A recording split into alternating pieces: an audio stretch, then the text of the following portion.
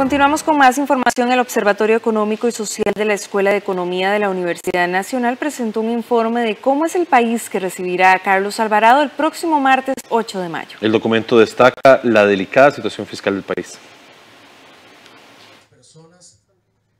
El Observatorio Económico y Social de la Universidad Nacional comparó a través de un estudio el país que recibe el presidente electo Carlos Alvarado con respecto al que recibió hace 4 años Luis Guillermo Solís. El documento analiza datos como las diferencias en la inflación, Producto Interno Bruto y tasa de desempleo. No obstante, se centra e insiste en el déficit fiscal.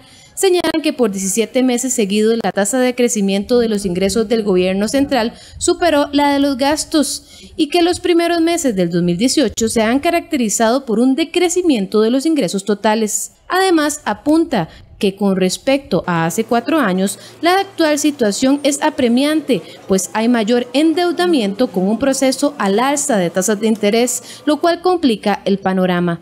Por otro lado, señala que si bien se ha dado una reducción en los niveles de pobreza, existen temas que no dejan de ser preocupantes. Desigualdad del ingreso continúa siendo alta, persisten las brechas entre la realidad urbana y la rural. Con respecto al 2016, en el 2017 hubo un deterioro en el ingreso de los hogares de casi todos los quintiles y habrá cuello de botella de la política social y lucha contra la pobreza por el déficit fiscal. Por último, visualizan retos para Alvarado Quesada como romper el patrón de crecimiento moderado volátil, contar con suficiente capital político para tomar medidas de manera oportuna y el cómo sostener la política social y de lucha contra la pobreza en un contexto de restricción fiscal. Roxana Morales, economista de la Universidad Nacional, está con nosotros para hablar de este estudio, el país que recibe la administración Alvarado Quesada. Roxana, los números no son muy halagüeños, es un estudio a profundidad que nos presenta un país con una complicación económica muy fuerte. Sí, bueno, el resultado que nosotros destacamos del estudio es que si bien es cierto, la mayoría de indicadores a nivel macroeconómico, a nivel general, como promedio, se encuentran positivos, es decir, tenemos una economía que crece un poquito más de lo que crecía hace 4 años, la inflación un poco más baja de lo que había una inflación hace 4 años, las tasas de interés están más bajas que hace 4 años, en el caso de la pobreza es más baja que hace 4 años, tenemos resultados positivos, sin embargo, en los últimos meses se ha mostrado una desaceleración en el ritmo de crecimiento o de mejora de estos indicadores y una amenaza importante que es el déficit fiscal para el mantenimiento de estos buenos resultados que incluso podrían revertirse, principalmente relacionado con el gasto público, ¿verdad? Y el gasto público referente también a que si bien es cierto, se lograron avances en tema de pobreza por tener una política más asistencialista o tratar de llegar mejor a los hogares pobres, esto se podría revertirse, los ingresos del gobierno no son suficientes para el gasto social. Roxana, ¿qué le espera al presidente electo Carlos Alvarado? ¿Cuáles son los principales retos? Lo que nosotros vemos y que concordamos con la mayoría de la población, el principal reto sin duda es el empleo. Al día de hoy salió la encuesta continua de empleo y ubica la tasa de desempleo abierto en el 10,3%, perdón, con un incremento importante en el desempleo entre las mujeres. Es un reto importante, tanto el desempleo, la calidad del empleo, como lograr una mejora en las condiciones de las mujeres. Bueno, ahí tenemos varias mujeres en representación del gobierno que podrían también hacer su esfuerzo para la lucha de las mejores condiciones para ellas. Y por otro lado, el tema fiscal, que sin duda el lograr acuerdos, ¿verdad? Ya ha venido anunciando, hay acuerdo en que necesitamos una reforma fiscal, pero en lo que no hay acuerdo es por dónde, ¿verdad? ¿Quién va a cargar sobre sus espaldas este ajuste? Y bueno, el lograr ese acuerdo es un reto muy importante, tanto a nivel de partidos políticos como con la ciudadanía. Entonces, para mí ese es uno de los principales retos. Difícilmente la economía puede seguir avanzando, lograr reducir el desempleo, generar mejores condiciones si la situación fiscal se continúa empeorando.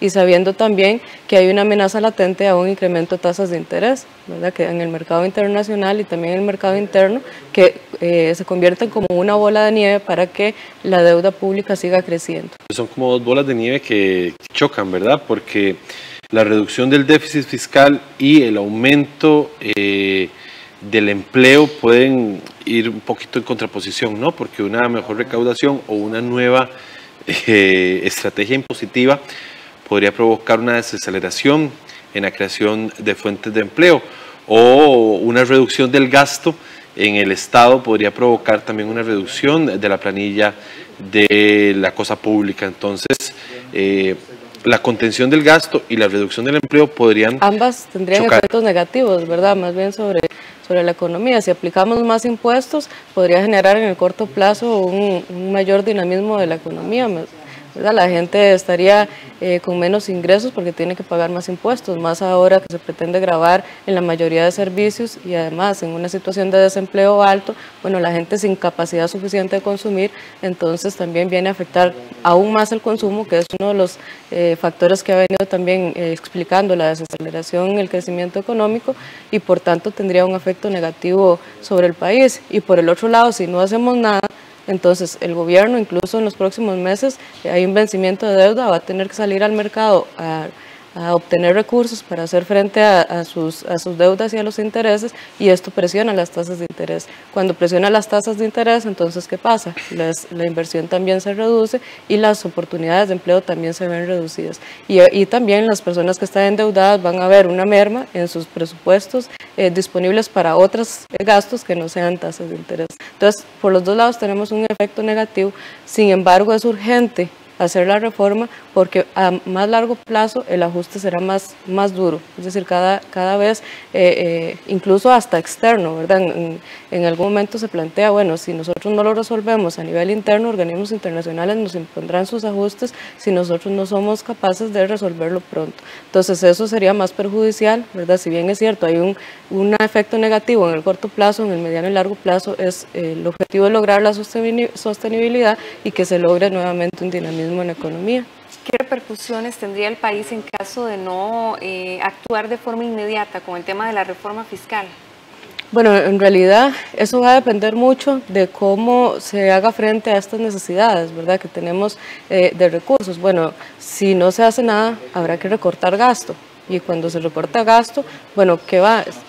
Trabajadores del sector público, no se pueden recortar salarios que por ley están establecidos, ¿verdad?, leyes, entonces lo más fácil es despedir personal, rebajar la inversión social, ¿verdad?, los gastos en programas sociales, que definitivamente podría tener efectos negativos sobre la pobreza.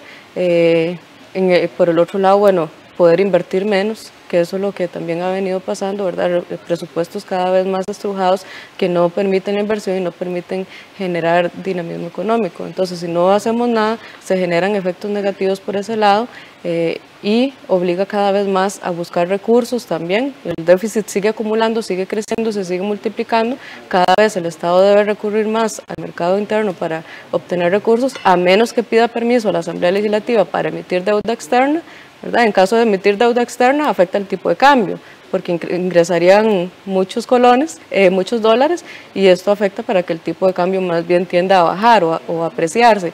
Y por el otro lado, si no se hace nada en el mercado externo, sino en el mercado interno, entonces presiona tasas de interés, que al final también afecta a los deudores o también el dinamismo económico a través de la inversión. Hablemos del dato del endeudamiento, que lo conversábamos ahora extra micrófonos y que es parte del estudio, donde demuestra que nuestro país es un país sobreendeudado o hiperendeudado, no solo en la deuda pública, que es muy importante, ronda el 49%. 50% del Producto Interno Bruto, sino también en la deuda privada, la que tenemos los y las costarricenses, las empresas, que ronda el 60% del Producto Interno Bruto. Sí, un dato interesante que nosotros concluimos en este estudio, bueno, si tomamos el crédito otorgado por el sector financiero a todo el sector privado no financiero, es decir, a toda la población común, y lo calculamos con respecto al Producto Interno Bruto, actualmente representa el 61%. Nosotros hablamos de que el gobierno se endeuda y crece el endeudamiento, y en los últimos 10 años la deuda del gobierno ha incrementado casi 20%, 20 puntos del PIB, y en el sector privado, en este caso, ha aumentado casi 18 puntos del PIB. Es decir, hace 10 años el endeudamiento representaba el 43%, ahora representa el 61%. Eso es un endeudamiento bastante alto que podría estar explicando también el límite de crédito que está teniendo la población en el mercado, ¿verdad? Hay una desaceleración del crédito, pero también muchas personas están dejando de ser sujetos de crédito por el alto endeudamiento que tienen, y bueno, sin duda va a afectar la economía. Otro dato interesante que sacamos con respecto a esto, como para tener una referencia, es también que si nosotros tomamos el total de la cartera de crédito que está ahorita a nivel nacional, con saldo a diciembre del 2017, si tomamos que Costa Rica tiene una población de 4.947.000 personas, esto da como resultado que cada persona, o como promedio, cada persona debe alrededor de 4 millones de colones.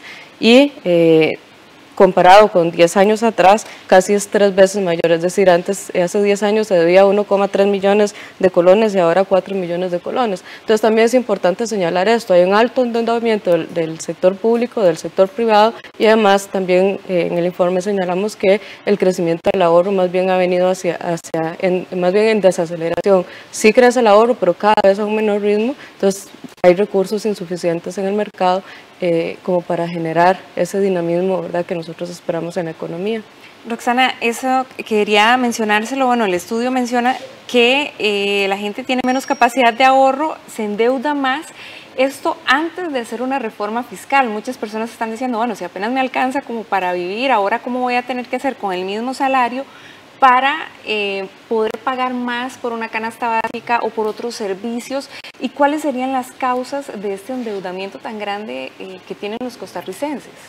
Me parece que por los dos lados tendría ese perjuicio a las familias, y yo creo que es momento de que los hogares prevean, ¿verdad?, hogares y empresas, de que va a haber un aumento en las cuotas que va a pagar, ¿verdad?, en los próximos meses, sea por un incremento en las tasas de interés, ¿verdad?, la presión que viene ejerciendo tanto el Ministerio de Hacienda como a nivel internacional, que las tasas de interés tienden a subir y eso presiona a nivel interno también una subida, y también si no se hace, si se resuelve el tema fiscal poniendo impuestos, pues parte de ese presupuesto se va a ir en pagar un poco más de impuestos en algunos, principalmente servicios que actualmente no tienen el impuesto, que podrían empezar a generar gasto. Entonces, por los dos lados tendríamos un perjuicio sobre la economía, uno más de corto plazo y uno más estructural, que es en el caso de que no se resuelvan los problemas fiscales en este momento. Una situación de estancamiento salarial, ¿verdad? Porque también ha habido crecimiento salarial, pero mínimo, muy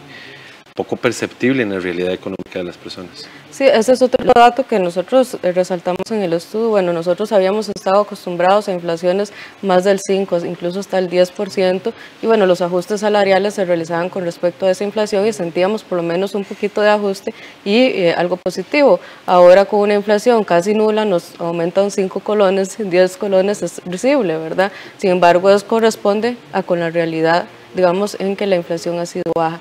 Y esto, sin embargo, hay que tener en cuenta que estos ajustes, muchos los que perciben el ajuste, ¿verdad?, que al final son beneficiados, tienen algún factor positivo, pero muchas personas ni siquiera reciben el ajuste, ¿verdad? Están ligeramente por encima del salario mínimo y no reciben el ajuste semestral o anual como se va decretando, y bueno, eso sí efectivamente va empobreciendo los ingresos de los hogares a través del tiempo, ¿verdad? Podríamos decir, en comparación a las últimas administraciones, que Carlos Alvarado debe enfrentar el reto más difícil a nivel económico. Podríamos decir que sí, es un reto muy difícil, no solo a nivel de la macroeconomía, sino más bien en cómo llegar a acuerdos, cómo llegar a consensos, una asamblea muy fragmentada, un poder ejecutivo también liderado por varios partidos políticos que deberán ponerse de acuerdo, todos, espero, con una meta común, que sea el beneficio de la sociedad. El problema está en cómo llegamos a esas metas, ahí es donde hay que ponerse de acuerdo, el factor de coordinación también de las políticas para poder salir adelante. Y bueno, un tema importante es cómo avanzar y mejorar y profundizar el tema del control o la política de combate a la pobreza, ¿verdad? Y obviamente con una política muy activa, que yo creo que el Ministerio de Trabajo va a tener una participación muy importante en cómo generar una política de empleo, ¿verdad?, que el país no la tiene y que efectivamente necesitamos, ¿verdad?, esa política, que no solamente es responsabilidad del Ministerio de Trabajo, sino que el Ministerio como ente rector, coordinador también de estas políticas, ¿verdad?, donde debería haber una articulación de diferentes organizaciones e instituciones del Estado. Roxana Morales, economista de la Universidad Nacional, muchas gracias. Gracias. Por compartir con nosotros esta Buenas noche. noches. Vamos a una pausa, regresamos en un instante.